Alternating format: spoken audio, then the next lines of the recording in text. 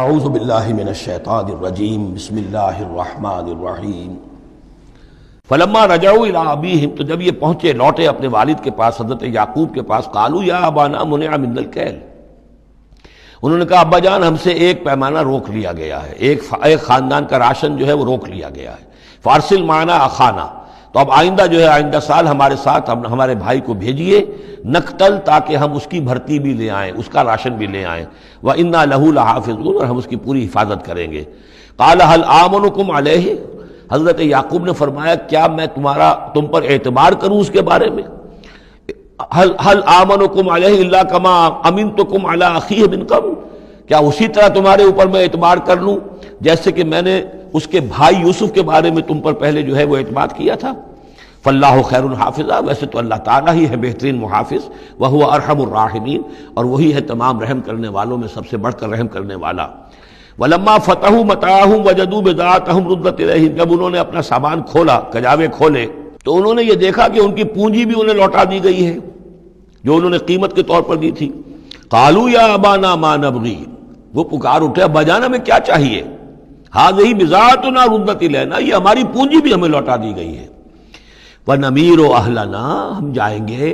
اپنے اہل و عیال کے لیے کھانے کا بندوبست کریں گے، وہاں سے راشن لائیں گے، وہاں سے غلہ لے کر آئیں گے۔ نَحْفَظُ أَخَانَا، اپنے بھائی کی ہم 10 ہیں اس کی حفاظت کریں گے۔ وَنَزْدَادُ كَيْلَ بَعِيرٍ، اور ایک اونٹ کی جو کجاوا جو ہے، اونٹ کا جو بورا ہے وہ ہم لے کر آئیں گے مزید۔ ذَلِكَ كَيْلٌ يَسِيرٌ، یقیناً یہ بڑی آسان شے ہے جو ہمیں مل جائے گی۔ قَالَ لَنْ أُرْسِلَهُ مَعَكُمْ، حضرت یعقوب نے کہا ہرگز نہیں بھیجوں گا میں اسے تمہارے ساتھ۔ حتیٰ تؤتونی موثقا من اللہ،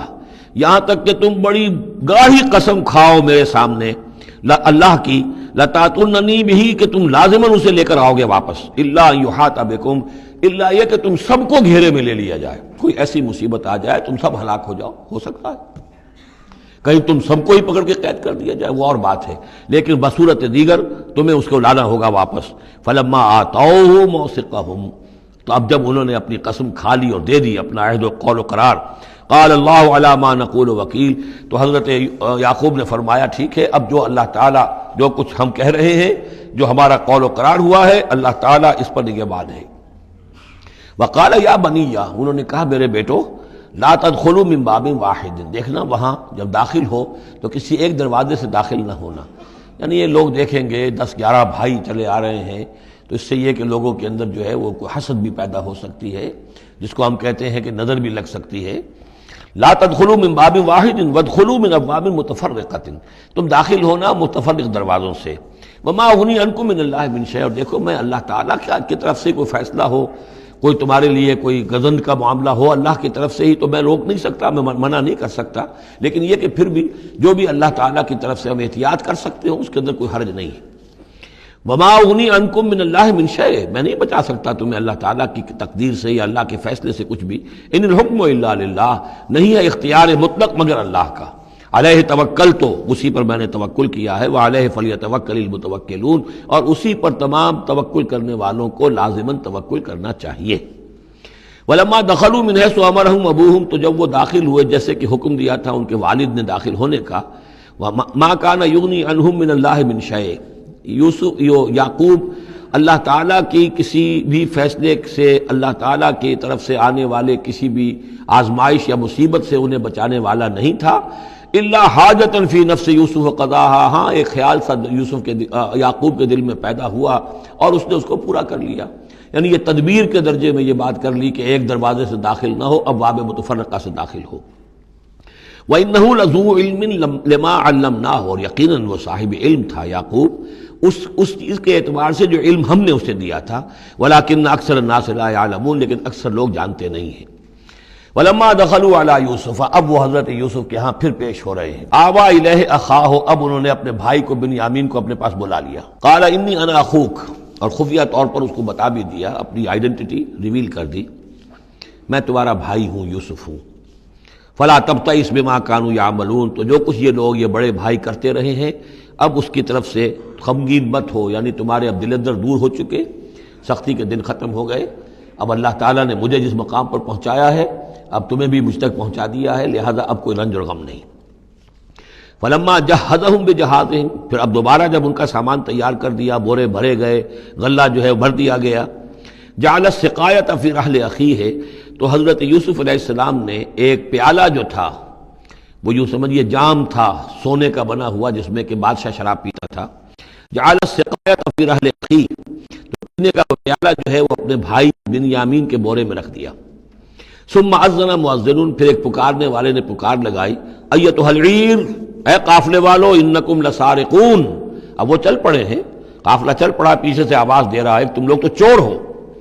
قالوا واقبلوا علیہم، انہوں نے کہا، پیچھے مڑ کر انہوں نے اس کی طرف رخ کیا ان لوگوں نے، ماذا تفقدون، تمہاری کیا چیز گم ہو گئی ہے؟ قالوا نفقد سؤال ملک، ہمیں نہیں مل رہا وہ بادشاہ کا جام، بادشاہ کا پیالہ، وَلِمَنْ جَاءَ بِهِ حِمْلُ بَعِيرٍ، اور جو بھی لے آئے گا اسے، اس کو ایک اونٹ کا کی جو ہے بوجھ، اتنا ایک اناج پھر اور دے دیا جائے گا، وَأَنَا بِهِ زَعِيمٌ، اور اس کا میں ذمہ دار ہوں۔ قَالُوا تَاللَّهِ لَقَدْ عَلِمْتُمْ، اب انہوں نے کہا اب سچ بول رہے ہیں، اور اس میں ان میں جو لجاجت ہے، اس وقت آگے کچھ اور بات تھی، اب کچھ اور بات ہے۔ قَالُوا تَاللَّهِ لَقَدْ عَلِمْتُمْ مَا جِئْنَا لِنُفْسِدَ فِي الْأَرْضِ، ان کا اللہ کی قسم آپ لوگ خوب جانتے ہیں اچھی طرح سے کہ ہم زمین میں فساد مچانے نہیں آئے ہیں، یہاں پر ہم تو یہاں غلہ لینے آئے ہیں، مصیبت کے مارے ہیں، ہم یہاں آ کر چوری کریں گے؟ تاللہ لقد علمتم ما جئنا لنفسد فی الارض وما كنا سارقین، ہرگز چور نہیں ہے۔ قالوا فما جزاؤہ ان کنتم کاذبین، تو انہوں نے کہا جو وہاں کے جو بھی ان کے ملازمین ہوں گے کہ اچھا اگر تم لوگ جھوٹے ہو تو پھر جس کے پاس سے وہ برآمد ہو گیا اس کی کیا سزا ہوگی، کیا اس کو بدلہ دینا چاہیے؟ قالوا جزاؤہ من وجد فی رحلہ فہو جزاؤہ، ان کا ٹھیک ہے، اگر تو ہمارے کسی سامان میں سے وہ نکل آئے تو جس کے سامان میں سے نکلے گا وہی اس کی جزا ہے، اس کو اپنے پاس رکھ لینا، اور وہ جو ہے ہماری طرف سے گویا کہ تاوان ہو جائے گا جو اب ادا کر دیں گے۔ قالوا جزاؤہ من وجد فی رحلہ فہو جزاؤہ، وہی بدلہ ہوگا، اس کو تم رکھ لینا، وہ تمہارا غلام بن جائے گا۔ کذالک نجزی الظالمین، ہم تو اسی طریقے سے ظالموں کو بدلہ دیا کرتے ہیں، یہی ہمارے ہاں رواج ہے۔ حضرت یوسف کے بھائی کہہ رہے ہیں فَبَدَا لَهُم بِأَوْعِيَتِهِمْ قَبْلَ وِعَاءِ أَخِيهِ، تو حضرت یوسف نے شروع کی تلاشی لینی تو اپنے بھائی کے اس بورے سے پہلے ان کے بوروں کی تلاشی لی، ثُمَّ اسْتَخْرَجَهَا مِنْ وِعَاءِ أَخِيهِ، پھر نکال لیا اپنے بھائی بنیامین کے بورے میں سے۔ كَذَلِكَ كِدْنَا لِيُوسُف، اب یہاں چونکہ ذرا سا اشکال ہوتا ہے کہ ایک طرح کا دھوکہ ہو رہا ہے یہ، تو اس میں ذرا ایک یعنی شان نبوت جو ہے حضرت یوسف علیہ السلام کا مقام اور مرتبہ، اور آپ نے اس طرح کی تدبیر اختیار کی ہے تو اللہ تعالیٰ نے اس کی ذمہ داری خود لی ہے۔ کذالک کدنا لیوسف، یہ چال ہم نے یوسف کو بتائی، کیونکہ اللہ کے علم میں تو تھا کہ کوئی گزند نہیں پہنچے گا، سب کو ان کو آئی جانا ہے، عارضی سا معاملہ ہے، اس عارضی سی تدبیر میں کسی کو نقصان کوئی پہنچ نہیں رہا ہے، تو ایک تدبیر ہے، یہ ایک توریہ جو ہو گیا ہے، اس توریہ کے ذریعے سے وہ صورتحال، چونکہ اللہ کو تو اختیار ہے، تو اس میں اللہ تعالیٰ نے اس کی پوری ذمہ داری خود اٹھا لی ہے۔